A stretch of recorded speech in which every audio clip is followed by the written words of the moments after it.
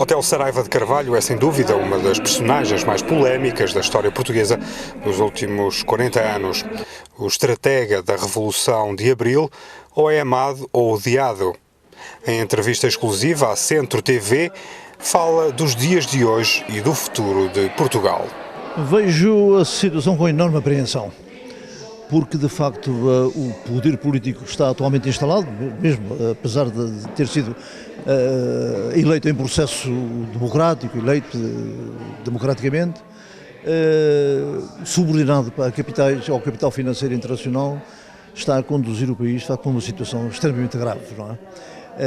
E que está a perverter para todos os ideais de Abril, retirando para tudo aquilo para que tinha sido alcançado e que hoje conservam os seus direitos adquiridos, não podem ser, não pode haver direitos adquiridos e tal, e estão a roubar de facto ao povo a esperança que existia para um futuro melhor, para todo um povo que tinha sido privado das liberdades na sua totalidade durante 48 anos de fascismo. Portanto, os ideais do 25 de Abril que foram conseguidos e que hoje ainda perduram, como é a questão da democracia, que ainda existe, mal ou bem funciona, apesar de por vezes dar estes resultados, a descolonização que foi feita, mal ou bem foi feita, era que era possível fazer, o desenvolvimento que foi sendo possível, tudo isso está a ser, de facto, profundamente adulterado e a situação, portanto, é extremamente grave para o nosso país, sobretudo para um povo que se vê outra vez privado de muito que tinha conseguido adquirir depois de 48 anos de fascismo. Há muitas vozes que quase apelam a uma insurreição armada. Acha que de alguma forma isso será possível ou nos dias de hoje já não é possível? Não, ser possível é sempre. E a situação pode atingir um ponto tal de ruptura entre quem sofre estas amarguras todas resultantes da má governação e aqueles que dirigem o país politicamente, político e economicamente, que pode a essa altura chegar-se a um ponto, esse ponto de ruptura pode descambar de facto uma insurreição.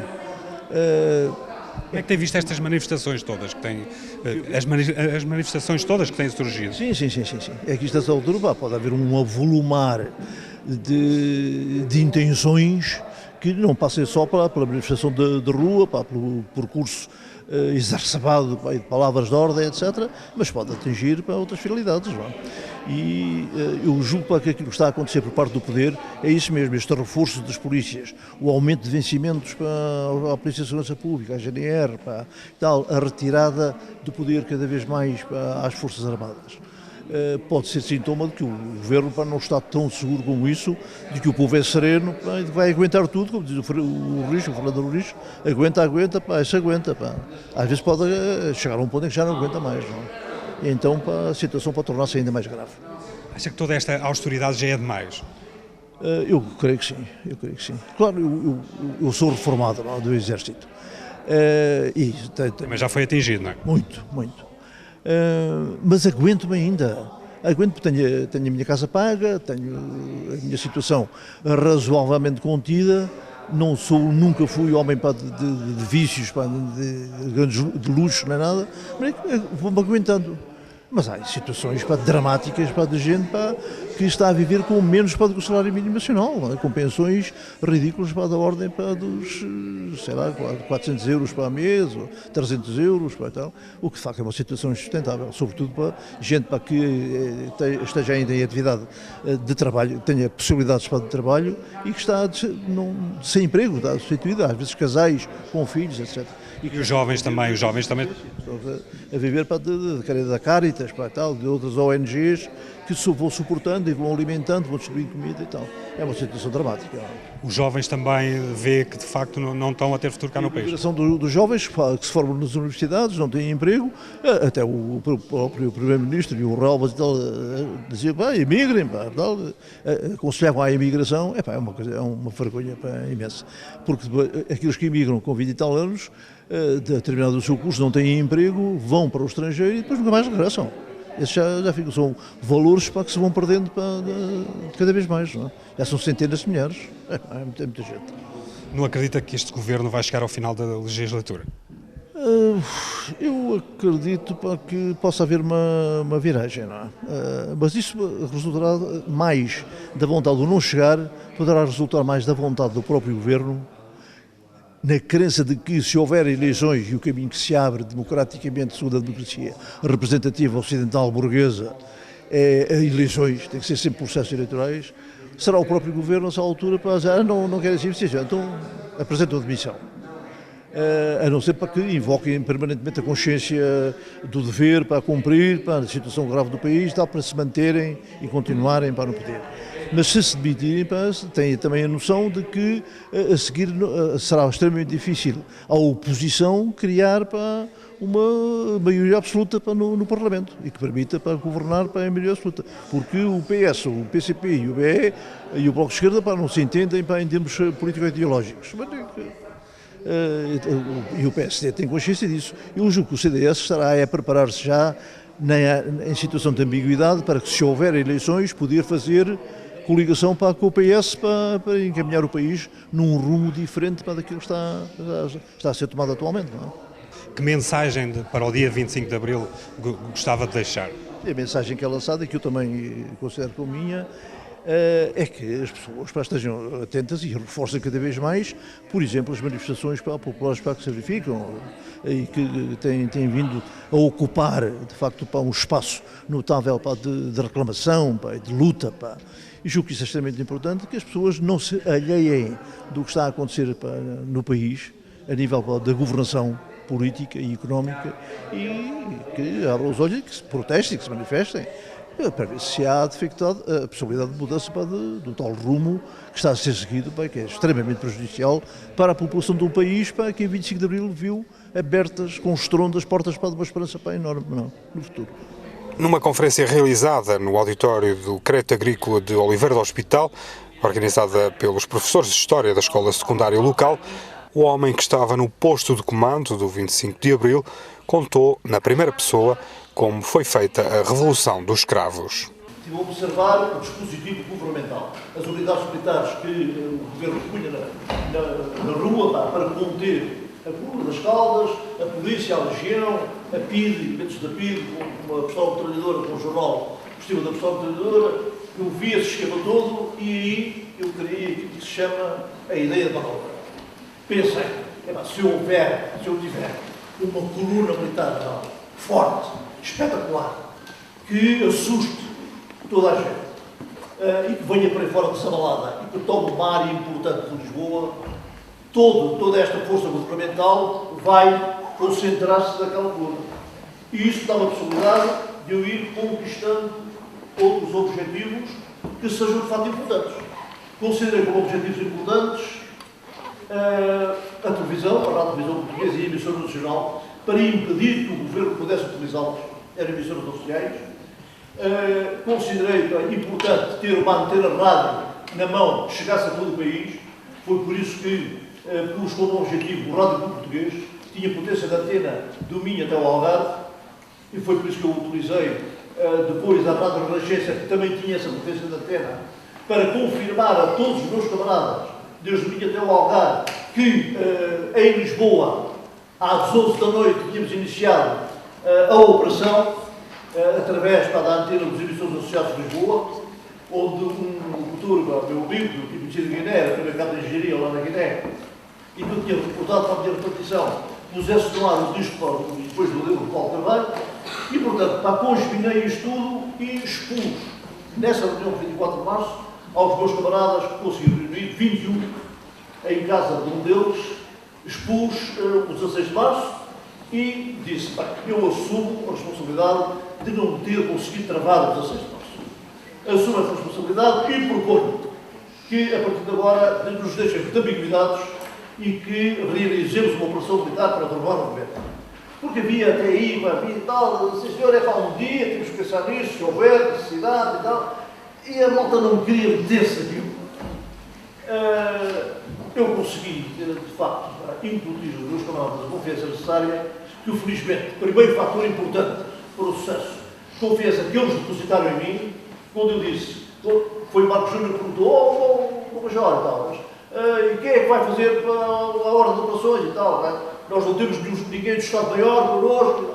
E disse, eu faço isso, eu já estive em Angola, estive em Guiné, já fiz horas das operações, eu faço horas das operações, não tem problema. Pronto, ok, sim, senhor. Depois perguntou para o Marcos Júlio, então, mas e agora para quando é que é? Para quando é que o Major prevê então essa operação militar? E eu disse, tem que ser na última semana de abril. A semana começa em 22, que é uma segunda-feira, e que vai até 26, porque depois entramos no fim de semana, já não interessa, não temos ninguém na unidade.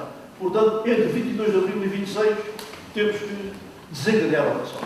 E, portanto, depois foi tudo feito este acordo, eu depositava com os meus camaradas, segundo fator de sucesso, toda a confiança necessária para saber que, entregando missões a cada um deles, eles iriam cumprir rigorosamente essas missões, exatamente por experiência que já traziam da Guerra Colonial. Terceiro fator fundamental, também para o êxito da operação, entreguei ao então Tenente-Coronel Garcia dos Santos, hoje o General de 4 Estrelas na situação de reforma, foi chefe de Estado-Maior do Exército e tal. O meu amigo Amadeu, que estava comigo como professor, também na Academia Militar. Entreguei-lhe a ordem de operações no dia 15 de abril e disse, faço aqui um anexo de transmissões que ponha toda a malta que está em operações, através de estafetas, rádio, telefones, não havia telemóveis na altura, telefones, tudo, os meios de transmissão, pois toda a malta que vem desde o Porto, Chaves, etc., que está em Faro, que está em Santarém, que está na Guarda, pois toda essa malta em ligação das redes, rádio para telefones e elabora-se aí rapidamente um anexo de transmissões. Ele em uma semana fez isso tudo e no dia 23 de manhã entregou na Academia Militar o anexo de transmissões. Quarto e último fator fundamental para o sucesso. E esse conseguimos espantosamente no país como o nosso, conservá-lo até ao fim. O efeito surpresa. Quando desencadeámos a operação, portanto às 11 da noite do dia 24, nada, nós fomos tomando ali na área de Lisboa a rádio televisão portuguesa, o rádio português às 3 da manhã, a rádio televisão às 3 da manhã também, a emissora nacional, um pelotão de 44 homens da Serra da Cadeira, tomaram a ajuda. Portanto, tudo isto foi sendo cumprido, o último objetivo a ser ocupado, que era essencial também para mim, era o aeroporto de Lisboa. Portanto, eu dei as missões todas aos meus camaradas, depois dividi o país em sectores, do Douro para cima, encarreguei o camarada do curso por baixo, já falecido, o Eurico por baixo, que estava ocupado do quartel-general do Porto, de agarrar a região militar do Norte, juntamente com outros camaradas, ele arranjou uma equipa, para distribuir objetivos para a região a norte do Rio Douro. O resto do país, do Douro até o Algarve, dividia em 4 agrupamentos. O agrupamento norte, que é até Coimbra, depois o agrupamento centro, o agrupamento sul e Lisboa. Lisboa era fundamental porque era a sede do poder político, é onde estavam os órgãos fundamentais do poder, etc. E aqui a ação tinha que ser desencadeada rapidamente, o mais rapidamente possível, de forma a termos na mão o que aconteceu, órgãos fundamentais, tanto de comunicação e de poder. Até às 5h30 da manhã, praticamente, não houve, até às 3 e tal, até às 4 horas da manhã, eu sei de certeza que o efeito de surpresa foi total. Porque o Garcia dos Santos, que era professor também na Escola Prática de Transmissões, em Salvadores, ali perto do Lar da Graça de Lisboa, tinha conseguido arranjar uma equipa de guarda-rios, liderada por Ferreal Luciano, que conseguiu montar num dia, até às 5h30 da tarde do dia 25, do dia 24 de abril, conseguiu montar uma linha direta de 4 km, desde o Lar da Graça em Lisboa até à Pontinha. E essa linha direta estava ligada a um telefone, a um dos vários telefones que eu tinha à minha disposição. Os nossos camaradas da Escola Prática de Transmissões, os capitães do movimento da Escola Prática de Transmissões, ouviam, porque era ali, da Escola Prática de Transmissões, que se fazia a escuta de todas as redes do poder, inclusive dos ministros para o trabalho. O resultado, eles ouviam, estavam nas escutas e ouviam as conversas todas entre os ministros, tal, tudo aquilo. E então ouvem às 3 e tal da manhã, 3h40, não sei o quê, ouvem uma conversa do Ministro da Defesa para o Ministro do Exército, que estava a trabalhar no gabinete dele, o Freire do Passo, o general. E o Ministro da Defesa pergunta: ouça, está bom, para o general e tal, ouça, então está a trabalhar a esta hora para o Freire do Passo? Escuta, tenho aqui umas coisas a fazer, vou ao Alentejo, vou lá retirar o comando de um coronel que é espinoísta, vou retirar o comando e tal, e vou pôr a tropa em parada para fazer umas coisas e tal. Sim, senhor, moça, mas não ouviu para aí nenhum zunzuns, pode haver para aí uma movimentação qualquer e tal. Havia o 16 de março. Não vi nada. Se soubesse alguma coisa, se o ministro quiser, se soubesse alguma coisa, eu já tinha conhecimento. Resultado lá às 5h30 da manhã, o meu camarada Salgueiro Maia veio comandar a coluna, a tal coluna espetacular, que ia servir de isco, arranca de Santareia às 3 da manhã, 3 e pouco da manhã, veio por ali fora, eu disse, ele vai para a Coeta, em Lisboa, da-lhe a missão e a minha casa. Eu disse, tu vais ouvir tudo aquilo que eu te disser, não tomas nota de nada, não escreves nada, fixas tudo, e no fim, se tiveres alguma pergunta a fazer, fazes. Toma atenção àquilo que eu estou a dizer. Diz-lhe o essencial das atribuições e depois missão para a Escola Prática de Infantaria. Arrancas para, às 3 da manhã, arrancas da Escola Prática de Santarém, vais por aí fora, à vontade, largas para à vontade, vai com a coluna, trazes o maior aparato que for possível. Carros de combate, toda a capacete, armas, metralhadores, tudo. Ninguém se vai meter com isso. Vais por aí fora, entra, não havia para a segunda circular, não havia nada disso e tal, e entrava ali como é que se chama aqui? Bom, iam ter ao Campo Grande, chegam ao Campo Grande, arrancas por aí fora, vais até o Marquês de Pombal, Avenida da Liberdade, e vais desembocar do Terreiro do Paço, montas ali os tubos todos para fora, dos carros de combate, e ficas ali para aguardar. Está a aguardar o quê, pá? Depois, o que é que eu faço? Qual é o objetivo? Nenhum. É que vão lá ter contigo. É aquilo que eu tinha visto no 16 de março. Vão lá ter contigo. Não preocupes, vai aparecer lá o Cavalaria 7, Lanceiros 2, a PIDE, a Legião Portuguesa, tudo vai ter ali contigo, e tu vais, ninguém te vai dar tiro. Toda a alta vai procurar obter a tua rendição. E tu, por contrário, vais a procurar obter a rendição deles. É para não vale a pena, o que é que vocês querem? Está aqui. Este dia se foi. Às 5h30 da manhã, o diretor-geral da Polícia Política, da PIDE, o Major Silva Paes, telefona, os meus camaradas ouvem a escuta, têm a escuta e ouvem a conversação, telefona para o Marcelo Caetano, que era o Presidente do Conselho de Ministros, telefona para a casa dele. Diz, Sr. Presidente e tal, estamos aqui numa situação muito grave, há tropas na rua, estão em revolução, isto é um perigo para o desgraçado e tal, nós estamos a procurar obter informações mais precisas, mas isto é uma situação tão muito grave. Então e agora? O que é que eu faço? Fico aqui em casa? Não, vocês têm que ir para casa imediatamente. Então, e para onde é que eu vou? Vou para o Monsanto, que é o comandante da Região Aérea. Não, o melhor é ir para o Conto-Geral da Guarda Republicana, que aí, pelo menos, sabemos que a Guarda está fixe. Portanto, às 5h30 da manhã de dia 25, eu fiquei a saber, através da escuta, montada pelo Garcia dos Santos e pelo pessoal da Escola Prática das Missões, que o Marcelo Caetano ia às 5h30 da manhã para o Largo Parque.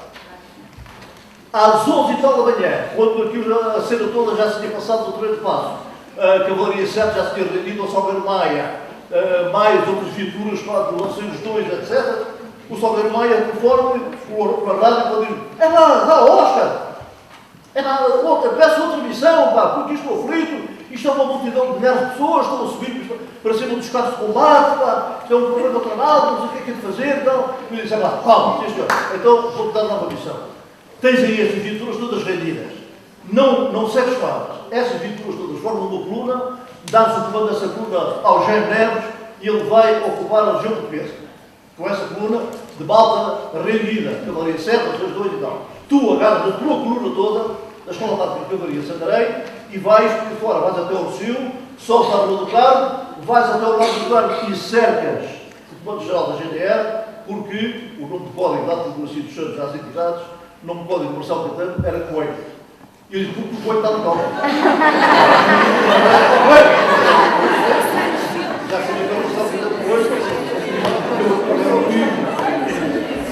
E pronto, olha o que fez isto tudo, esta ordem de operações, em que eu pus em movimento todos os nossos camaradas que estavam nas unidades, todas espalhadas pelo país, e havia muitas na altura, não tínhamos encerrado ainda.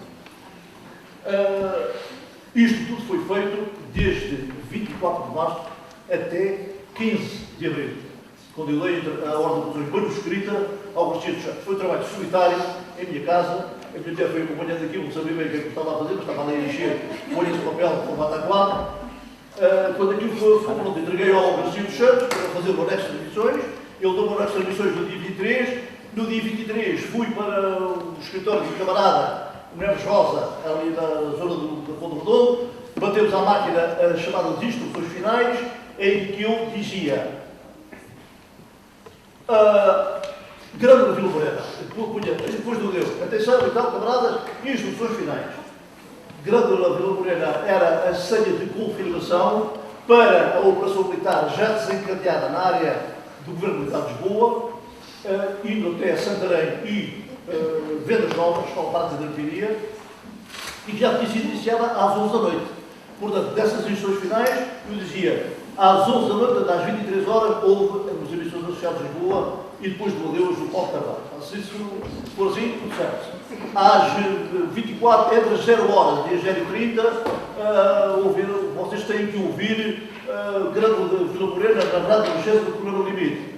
Isso é confirmação de que nós em já arrancamos e, portanto, a operação é irreversível. Pronto. E depois dava uma senha e contra-senha para tropas que se encontrassem na rua. A senha era coragem e a outra força militar, para saber buscar a nossa, responderia pela vitória.